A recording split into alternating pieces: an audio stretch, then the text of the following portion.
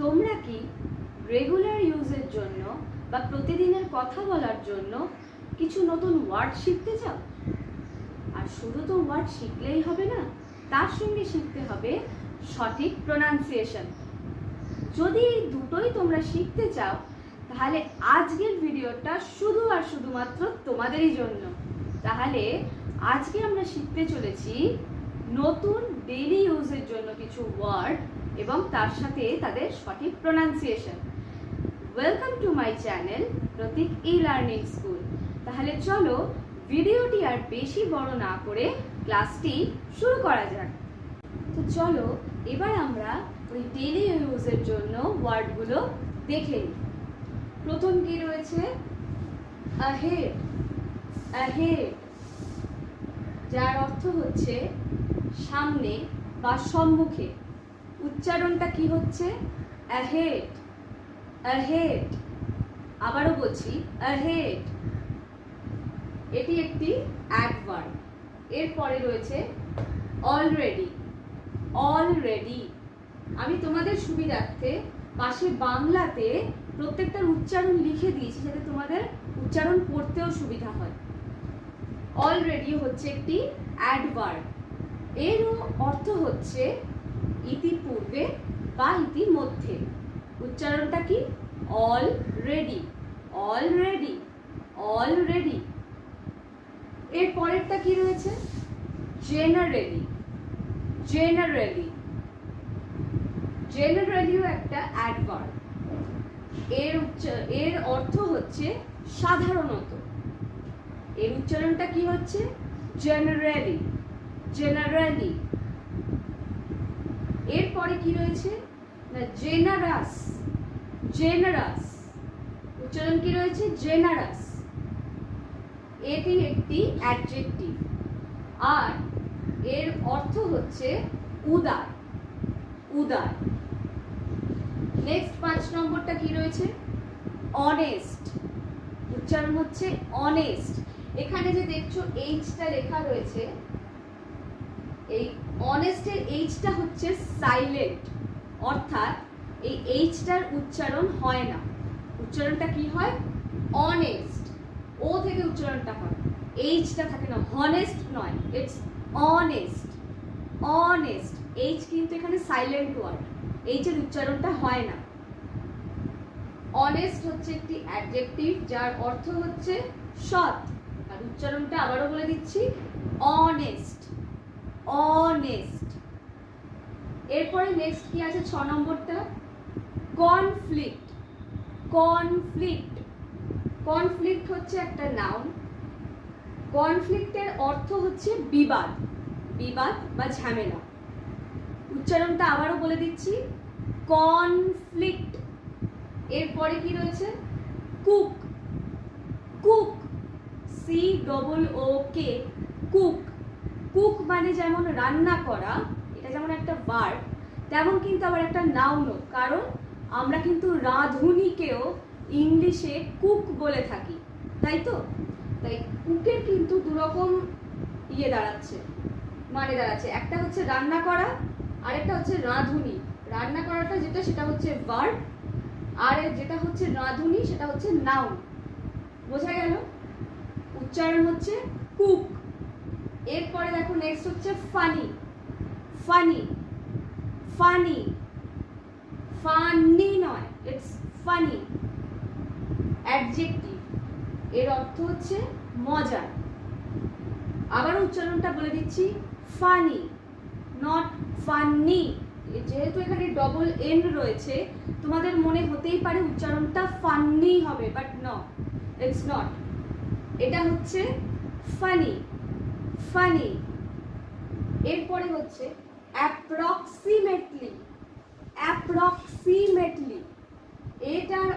এটা হচ্ছে একটি অ্যাডভার্ব এবং এর অর্থ হচ্ছে প্রায়, বা আমরা ইংলিশ অনেক সময় বলে থাকি নিয়ারলি, প্রায়। আর উচ্চারণ কি? অ্যাপ্রক্সিমেটলি। আবারও বলো, অ্যাপ্রক্সিমেটলি। বোঝা গেল? লাস্ট কি রয়েছে? Perhaps, perhaps. আবারও বলছি, পারহ্যাপস। পারহ্যাপস এর অর্থ হচ্ছে সম্ভবত বা হয়তো, উচ্চারণ হচ্ছে পারহ্যাপস। বোঝা গেল? এইবার চলো এই প্রত্যেকটা ওয়ার্ড দিয়ে আমরা কিছু সেন্টেন্স দেখে নিই। চলো এবার আমরা দেখে নিই আজকে যে ওয়ার্ডগুলো শিখলাম সেগুলো কিভাবে সেন্টেন্সে ব্যবহার করতে পারি। প্রথমটা ছিল ahead, ahead, ahead, ahead কিভাবে ব্যবহার করেছি? If you want to take admission in computer course, go ahead, go ahead.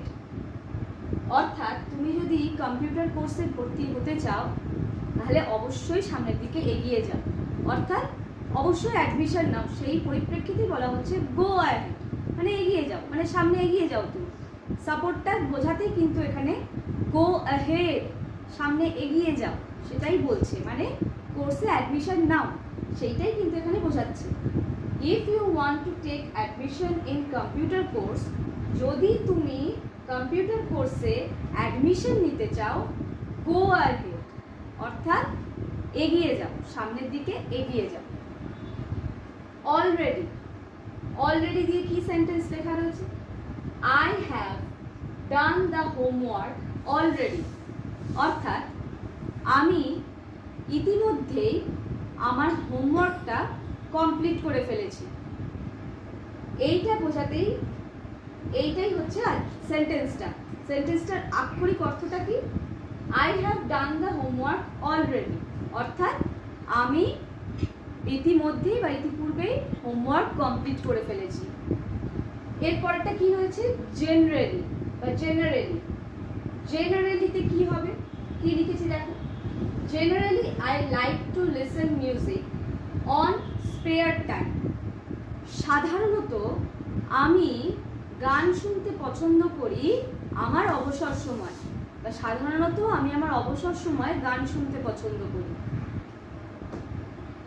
এরপরে হচ্ছে জেনারাস। জেনারাস, জেনারাসে কি লিখেছি? It's really hard to find a generous person. Generous মানে ছিল হচ্ছে উদার। এটা ভীষণ কঠিন একজন উদার মানুষকে খুঁজে পাওয়া, বা আমরা এটাও বলতে পারি nowadays it's really hard to find a generous person, অর্থাৎ এখনকার দিনে একজন উদার মানুষকে খুঁজে পাওয়াটা ভীষণ কঠিন। এরপরে রয়েছে honest. Honest, not honest, it's honest. Honest দিয়ে কি লিখেছি? The person is poor but honest, অর্থাৎ লোকটি গরিব কিন্তু সৎ। এরপরে কি? কনফ্লিক্ট। কনফ্লিক্ট, বিবাদ। Conflict, the reason of that conflict was property, অর্থাৎ কোনো দুজন ব্যক্তি বা কয়েকজন ব্যক্তির মধ্যে একটা বিবাদ লেগেছে। কি ছিল সেই কারণটা? না প্রপার্টি। প্রপার্টি নিয়ে বিবাদ লেগেছে। কনফ্লিক্টের আমরা বাংলা অর্থ জানি বিবাদ। ওই বিবাদটির কারণ ছিল সম্পত্তি। বোঝা গেল? কুক। কুক, কুক আমি একটা বলেছি ভার্বে কিভাবে ব্যবহৃত হয় আর নাউনে। চলো একবার এক্সাম্পল গুলো দেখে নিই। রত্না কুকড আ গ্রেট মিল, অর্থাৎ এটা ভার্বে ব্যবহৃত হচ্ছে, অর্থাৎ রান্না করা হয়েছে সেই অর্থে বলা হচ্ছে রত্না কুকড আ গ্রেট মিল। এখানে কুক ভার্ব হিসেবে ব্যবহৃত হয়েছে। কুক অর্থাৎ রান্না করেছে, রত্না খুব ভালো রান্না করেছিল সেইটাই বলছে। এরপরে দেখো আরেকটা সেন্টেন্স যেখানে কুক নাউন হিসাবে ব্যবহৃত হয়েছে। Ratna is a great cook, অর্থাৎ রত্না খুব ভালো একজন রাঁধুনি। বোঝা গেল ভার্বে কিভাবে কুক ব্যবহৃত হচ্ছে ভার্ব হিসাবে, আর নাউন হিসাবে কিভাবে ব্যবহৃত হচ্ছে। এরপরে দেখো রয়েছে ফানি। ফানি, ফানি মানে বলেছি মজার। টিচার টোল্ড আস আ ফানি স্টোরি, আমাদের শিক্ষিকা একটি মজার গল্প বলেছিল। বোঝা গেল? এরপরে হচ্ছে অ্যাপ্রক্সিমেটলি। অ্যাপ্রক্সিমেটলি হচ্ছে the plane will be landing approximately in 20 minutes, অর্থাৎ প্লেনটি আর 20 মিনিটের মধ্যে ল্যান্ড করতে চলেছে, সেটাই বলছে। এরপরে হচ্ছে প্লেনটি আর অ্যাপ্রক্সিমেটলি মানে আমি বলেইছি প্রায়, অর্থাৎ প্লেনটি প্রায় 20 মিনিটের মধ্যে ল্যান্ড করতে চলেছে, বোঝা গেল। এরপরে লাস্ট হচ্ছে পারহ্যাপস। পারহ্যাপস পারহ্যাপস মানে আমি বলেছি সম্ভবত, হয়তো, এই ধরনের মিনিং হয়। Perhaps the weather will change this Sunday, অর্থাৎ এই রবিবার থেকে হয়তো কি হবে না, ওয়েদারটা চেঞ্জ হবে। এই রবিবার থেকে হয়তো, এই যে হয়তো পারহ্যাপস বলছিলাম এক্ষুনি, এই রবিবার থেকে হয়তো ওয়েদার চেঞ্জ হবে। আমি আশা করব আজকে যে ওয়ার্ডগুলো তোমরা শিখলে সেগুলো তোমরা প্র্যাকটিস করবে এবং এইগুলো দিয়ে আরো অনেক রকম সেন্টেন্স তৈরি করার চেষ্টা করো, তাহলে খুব সহজেই কিন্তু তোমরা এগুলো প্র্যাকটিসের মাধ্যমে কি করতে পারবে না, আয়ত্ত করতে পারবে, বোঝা গেল। তো আজকের মতন এই পর্যন্তই, দেখা হচ্ছে আবার খুব শীঘ্রই পরের ভিডিওতে।